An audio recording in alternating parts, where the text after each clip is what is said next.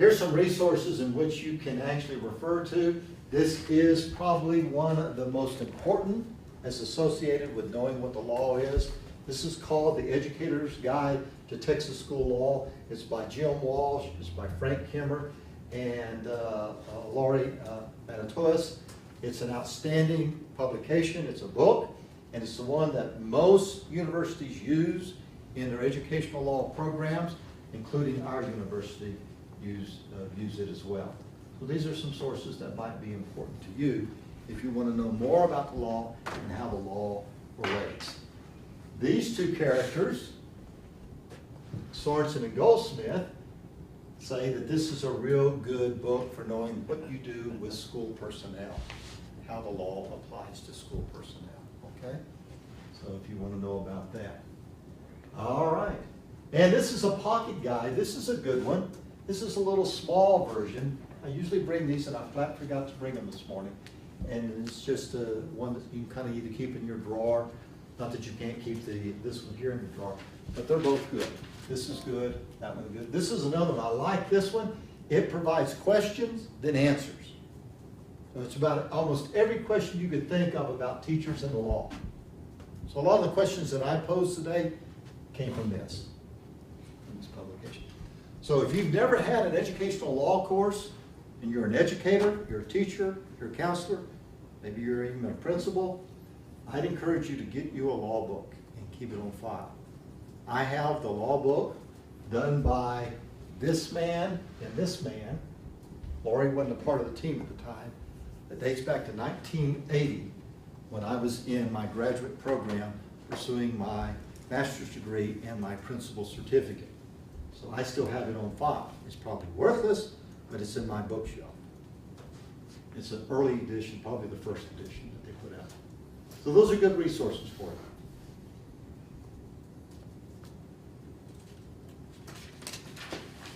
I'm going to, just so you know, when you give me that, I want you to give me that presentation today, that then I'll turn around and for the students in the LEAP grant, I can post this resource for them so that they know what books they could go look at. Absolutely. And all of these books are reasonable. We're not talking $100, $150. These are all paperbacks. All right? Okay, I'm going to move on from that. If you didn't get that, you can either get it from Carolyn or you can get it from me. All you have to do is email me. There should be my card on your table somewhere or another. Email me and tell me that you want this, that, or whatever, and I'll be happy to share it. And let's go back to the S factor. Avoid the S factor. What's the S factor again? Stupidity. Stupidity. Stupidity. I'll get there in a minute. There it is. Don't do something stupid. I've said that over and over again this morning. What's an example of the S factor?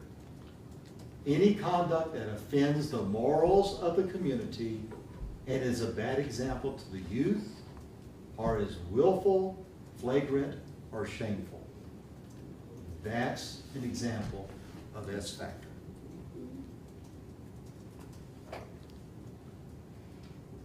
Understand the following as it relates to stupidity. What constitutes willful, flagrant, or shameless behavior? You need to know what it is. And are you able to recognize the boundaries? That's the biggest issue in Texas today.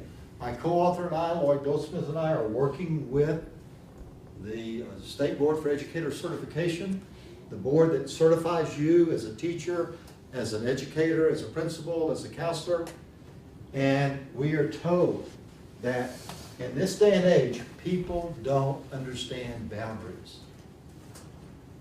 They don't understand boundaries. They either have not been taught at home personal values and an understanding of what's appropriate and what's inappropriate, or they've not been taught because maybe they are not a part of the church, or maybe they learn their boundaries by watching television, movies, shows. And as any of us that know that watch television, go to movies, see movies on TV, whatever, just about anything goes. And it goes, not only does it go, but you can get by with it. In real life, that's not necessarily the case. I'm reading a series of books about Jack Reacher. Any of you ever heard of that? And Tom Cruise was in one of the movies about Jack Reacher. I love that book because he is a vigilante. He goes out and he knocks heads. He takes care of business. He does what the law quite often will not do. Guess what? That's fiction. It's absolute pure fiction. If the stuff that he pulled off, that is really good stuff. If he did that in reality, if that actually occurred in reality, what would happen to him? He'd be caught, he'd be prosecuted. $200. Yeah, he'd be done in. So know the boundaries, and here they are. Sex can get you in trouble. Now, that doesn't mean that I'm not a proponent of sex, okay? I'm all for it. But it doesn't happen at school. And it doesn't happen with students. And it doesn't happen with colleagues. You're asking for trouble. You're asking for trouble. Okay? Alcohol. Be careful of your intake. Okay? If you are like my good friend Dave and find yourself in the supermarket parking lot, drunk on your rump, you're going to probably get terminated. Okay? Drugs. Be cautious of your use of drugs. Now, these two today, individuals can seek help. But recognize there's boundaries associated with this. Boundaries associated with this. And I'm not trying to be a minister and preach to you. If I was, I'd have actually brought an offering plate and passed it around to collect some money. But just be smart. Don't be stupid. Don't do things that will get you in trouble. And recognize, go back to that saying, it's none of your business what I do in my private life. Yes, it is. It is the business of everyone if you're an educator. Yes? One thing to keep in mind is something they told us during district orientation is that as a teacher, you're going to be called upon as a representative of the school, both on and off duty. On and off duty. So don't do something that would humiliate them. Absolutely. Years ago, when I was a teacher, I lived not far from the junior high in which I was teaching. In those days, they were called junior high, not middle schools yet. And the kids would come by, they're junior high age, middle school age. They'd come by walking by or driving by. And I love cream soda. Cream soda. I love cream soda in a bottle that is long refrigerated. And when I finish a yard, working in the yard, and on the Gulf Coast, you have grass growing front yard, backyard. It takes you about 3 hours to do front and backyard at your home. Now where I live, I've got a lot of rock. The little yard that I have, I can do in 7.5 minutes. But when I finish my yard, I want my cream soda. It's in a bottle, it's in a clear bottle, and what does it look like? Beer. It looks like beer. Looks just like beer. So I'm out front, sitting in a lawn chair, sweaty, in t-shirt and shorts, finish the yard, 3 hours one evening after school, and I'm sitting there and I'm drinking my cream soda. A student rides by on his bike. He's out in the street. Mr. Sorensen! Mr. Sorensen! And I wave back, and I got this bottle of cream soda. Well, he goes on. Next day was a Friday. I did my yard on Thursday evenings, so we could enjoy it over the weekend. Friday, next day at school. Principal comes to me and says, Rick, I need to talk to you. I said, sure. He said, come on down to the office when you get a chance. So later on, I went down during my conference period, met with him, and said, what's going on? He said, word is spreading through the school that you were out in your front yard drunk. Oh my goodness. I said, what? He said, yes. I said, when? And as if I'm at any time out in my front yard drunk. Not a very good response to him. He said, last evening. I said, last evening? I said, no. I said, well, a student said that he drove by and you were out in your driveway sitting in a lawn chair drinking and acting drunk. I said, I know who that student was. He came by on his bicycle. He waved at me. He said, hello, Mr. Sorensen. I waved back. I was holding a bottle of cream soda. What were you holding? I said, a bottle of cream soda. I said, I've got 3 or 4 or 5 more in the refrigerator now. He said, you weren't drinking beer. You weren't drunk. I said, no, sir. Okay, don't worry about it. And that was the end of that. That was the end of that. But look how quickly, and you know how kids are, especially middle school kids. I shouldn't point out just middle school kids, but they just love to take something and run with it. And he really wasn't necessarily doing it maliciously. He was just kind of making something out of it, you know, that kind of business. So just recognize boundaries. So guess what I've done from that point on with my cream soda? Drink them I inside. drink in the backyard. Okay, kind of facetious, kind of silly, but it actually occurred. Facebook can get you in serious trouble. Be very, very cautious what you put on Facebook. Very, very cautious. A teacher was terminated for a vacation photo on Facebook that showed a glass of wine in front of her. Sounds a bit absurd possibly to you, but she lost her job. She lost her job. Be smart, be careful. I'll give you an example, personal example from my own daughter. My own daughter, okay? My daughter has Facebook. She keeps stuff on Facebook. And she started Facebook way back when she was a student at UT in Austin. So my daughter is now finished with school, long time since finished. She has her Facebook account, and excuse me. Subsequently, she's been a teacher. She's been a teacher for several years now, a kindergarten teacher. Well, she changed schools in the district. She went from a low SES campus to a neighborhood campus where she and her husband reside. And it happens to be a high SES neighborhood. SES?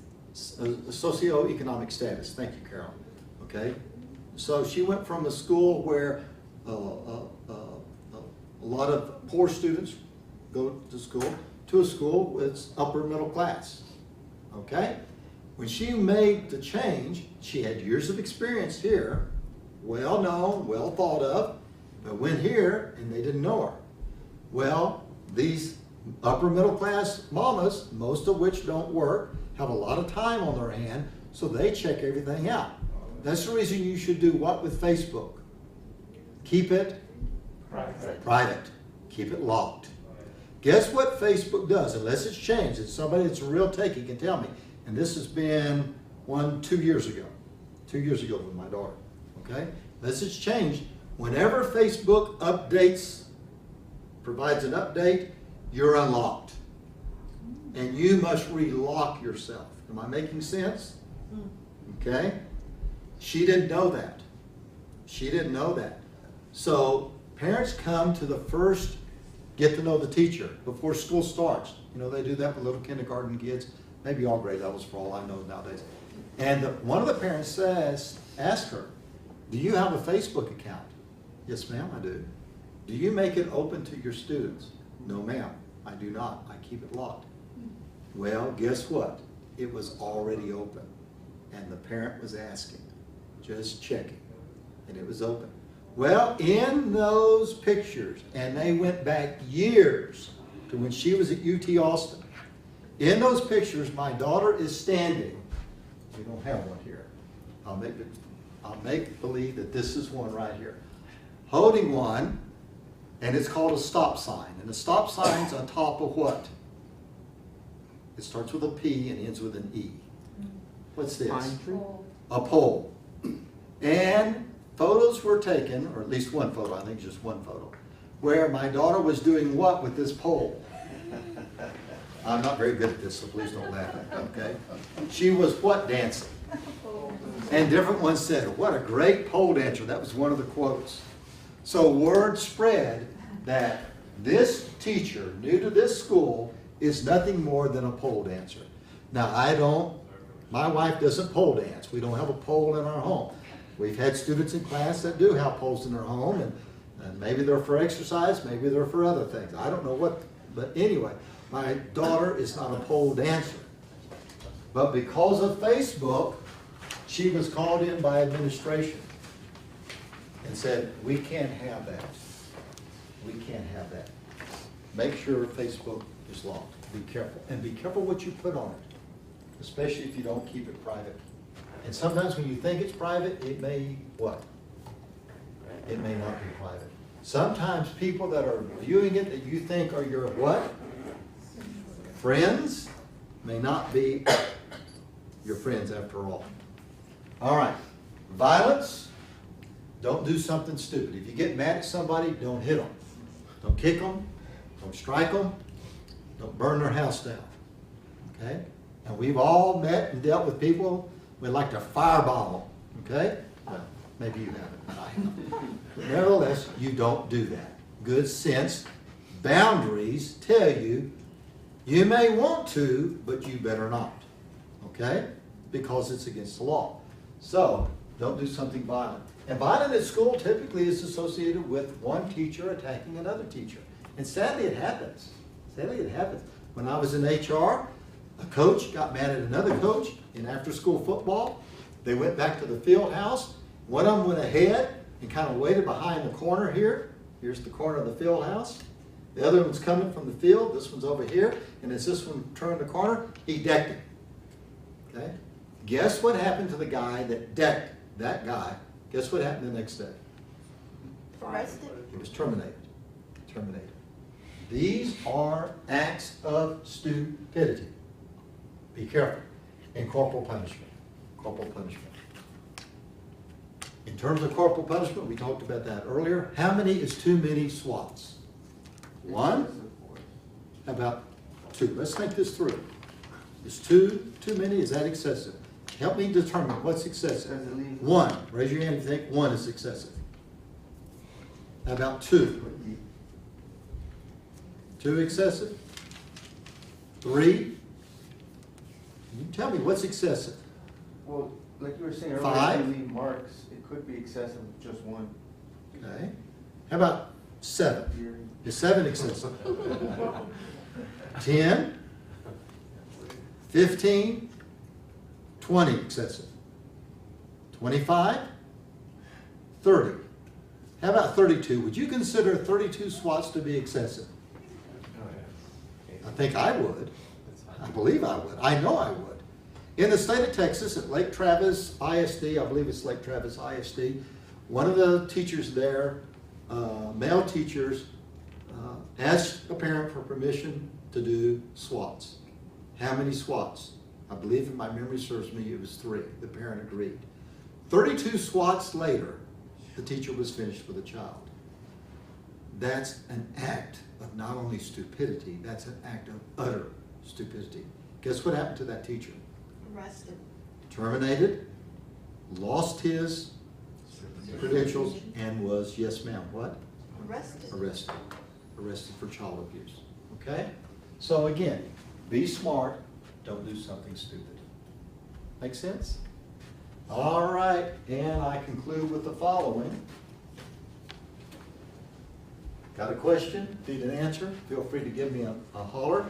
Recognize that legal entanglements can generally be avoided if you know, understand, and comply with the law, and you don't do something stupid. Also know that I am not a lawyer.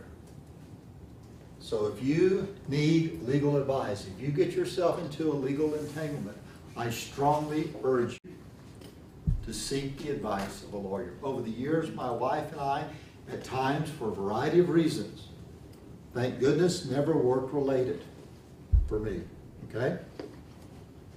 But we dealt with a contractor, we've dealt with other individuals for certain reasons. We've always sought legal advice. $250 an hour is pretty cheap if it keeps you out of trouble. If it keeps you out of trouble, okay? So if you need legal advice, I strongly encourage you, seek the guidance of a lawyer. And if I can help you otherwise, if you're interested in our program, give me a holler. Email me, it's the quickest way to reach me. I'll tell you all about our program. You make an appointment with me, come up to the 5th floor. I'll tell you about what it takes to become to earn a master's degree if you don't have one. If you already have one, or you don't have one and you want to earn a master's degree, or you have one and you want to earn your certificate, or if you want to earn your master's degree and your certificate, we can get that for you and we can put you on a fast track and you can earn your master's degree and certificate in about 1 year. So we have an outstanding program, an outstanding internship. Dr. Cortez does the internship. She can tell you all about it as well. It's near the end of your program. And we'd be willing to help you out and assist you in answering any questions that you might have. Questions for the good of the group? I did have one I was gonna ask earlier, going back to the Facebook. Is it possible even if you lock your profile for someone to still see your pictures by looking at somebody you friended? I don't know the answer, Dr. Cortez. I have a sneaking suspicion you probably could. And if you're tagged in photos. Yeah, You can make sure you cannot be tagged, and you can also, only friends can view, only friends of friends can view, only, you can say no one can view. right, You can set your parameters where you can't even be searchable. right. Just be smart. My daughter's gotten real smart to the point that she doesn't use it a whole lot anymore. Our son-in-law does it for the purpose of family and friends, but he's not an educator. He's a petroleum engineer, so it doesn't bother him. Not that he puts anything that's inappropriate on it. There's a bunch of grandkids and grandparents and et cetera, you know, family. But just be smart. Be Check really it. smart. Check it every 3 months for security settings. And I like to put groups where, like, I have one, my family, my friends, my students, and anything that I have to say to them goes into that group. So it's more secure because it's a secret type group. Yeah. Someone else. Real Yes, ma'am. quick, when it came to the drugs, what about prescription drugs? If you're taking, for instance, Manasmatic, you're taking steroids, and it has certain side effects, should you just report it, tell your administrator if you don't want taking this, or? Yeah, and again, you have to be, you know, I won't speak for you all, I can speak for me. I take medications out the kazoo for a variety of reasons. I'm diabetic, I have high blood pressure, cholesterol problems. It's just too many years of being a school administrator, so it's finally caught up with me. And so I take medication, none of which is illegal, and none of which will get me in trouble unless maybe I abused it some way. I don't know. I've never overdosed on any medications. Again, I try to avoid the stupidity factor. I know it's not smart to take more than I should. So taking medication is a part of our lives, especially as depending on what ailments we have, what illnesses or diseases that we happen to have, and certainly in my case, the older I get, the more meds I seem to be having to take. So none of that should get you in trouble unless you're abusing it in a way. I give you an example. I had a first grade teacher, a master teacher, an exceptional teacher. Her husband got her to using differing prescription drugs. And the more she used, the more bizarre her behavior became. She was using prescription drugs, but she wasn't using them. What was she doing? Use that word use. She was what? Abusing them. And ultimately, we removed her. She did something really stupid. She brought 2 witches onto campus. You look at me and you say, "What did you say?" I said, "Yes, witches." Now you may be wondering, how did I know that they were witches? The reason I knew they were witches was they wore black and had pointy hats. No. They were card-carrying members of Wicca. And they presented me with their cards. They were down in the classroom at the kidney table with the teacher, and they had been on campus. They had been asked to come on campus because I was documenting her bizarre behaviors. I was writing her up. This had been an exceptional teacher that just went crazy. And so they had originally been brought down to the office, and they had been brought into the office, and they had cast a spell on me. That's the reason I act like I do to this day. Then they went back to the classroom and they spread positive omens in the classroom. So the custodian went through. At a certain time every morning, the custodian went through the kinder and the first grade rooms, especially the bathrooms that were in between classrooms. Girls' bathroom in the back of the classroom, boys' restroom at the front of the classroom, and she went through with Fabuloso and took care of especially the little boys' room, because boys have a tendency to miss the toilet for a variety of reasons. And you can figure that one out. But nevertheless, Miss Paula comes to me, white as a sheet, shaking, comes to my office. I said, "Paula, come in." She said, "Can I close the door?" I said, "Close the door, Paula. What's wrong? Sit down." She sat down. She said, "Sir, I've got to tell you something." I said, "Paula, tell me." I stood up. I knew something was wrong. I said, "What's the problem, Paula?" She says, "There's 2 witches down in Miss Blank's room." I said, "What?" Just like you said "what" to yourself, and I said it a while ago. She said, yes, there's 2 witches. I said, witches, Paula? She said, yes, they're down there. They're spreading positive omens. Sir, I'm afraid. I'm afraid. And I said, don't be afraid, Paula. Just stay right here. I'll go down there. Don't tell them I told you. That's important. If something is shared with you, especially as a future administrator, take care of it and take responsibility for finding it yourself. So I actually went, this was the first grade room, I went to the last room like I was doing walkthroughs and started going through, hoping that by the time I got through 5 classrooms, they would still be there. And they were. They were dressed nice, flowery dresses. And I asked them, ladies, I don't believe I saw you checking in at the office. No, sir, we just parked out on the edge of the street. We're just a guest of Miss Blank. I said, well, Miss Blank, you know that they're supposed to check in as visitors at the office. And she said, well, yes, I just forgot about that. I said, well, ladies, how can I help you? Come on with me and let's go down, let's get you checked into the office. Got them down to the office. By that time, Miss Paula had gone on back to her duties. Got them seated in my office. I said, now tell me what you're doing here exactly. And that's when they gave me their business cards. That's when they gave me their business cards. So why am I telling this story? Somebody remember? It's a good story, and there's got to be a great reason for me telling you. What are we telling you about? I asked about prescription drugs. Oh, yeah. See what prescription drugs have done for me? I remember everything. That's what they call a senior moment, I believe. Anyway, so she was on prescription drugs. And sure enough, I confiscated from her a big baggie. It was beautiful. It's the most beautiful bag of pills I've ever seen. It was like a rainbow, all kind of colors. But it was an abuse of prescription drugs. That got her removed from the school. She was given a choice. You either resign or we will terminate you. Okay? So I hope I answered your question with that long story. Anyone else? Well, thank you for your time and wish you the very best. Be smart. Don't do anything stupid. Well, I think we should all thank him too, don't you? Yes.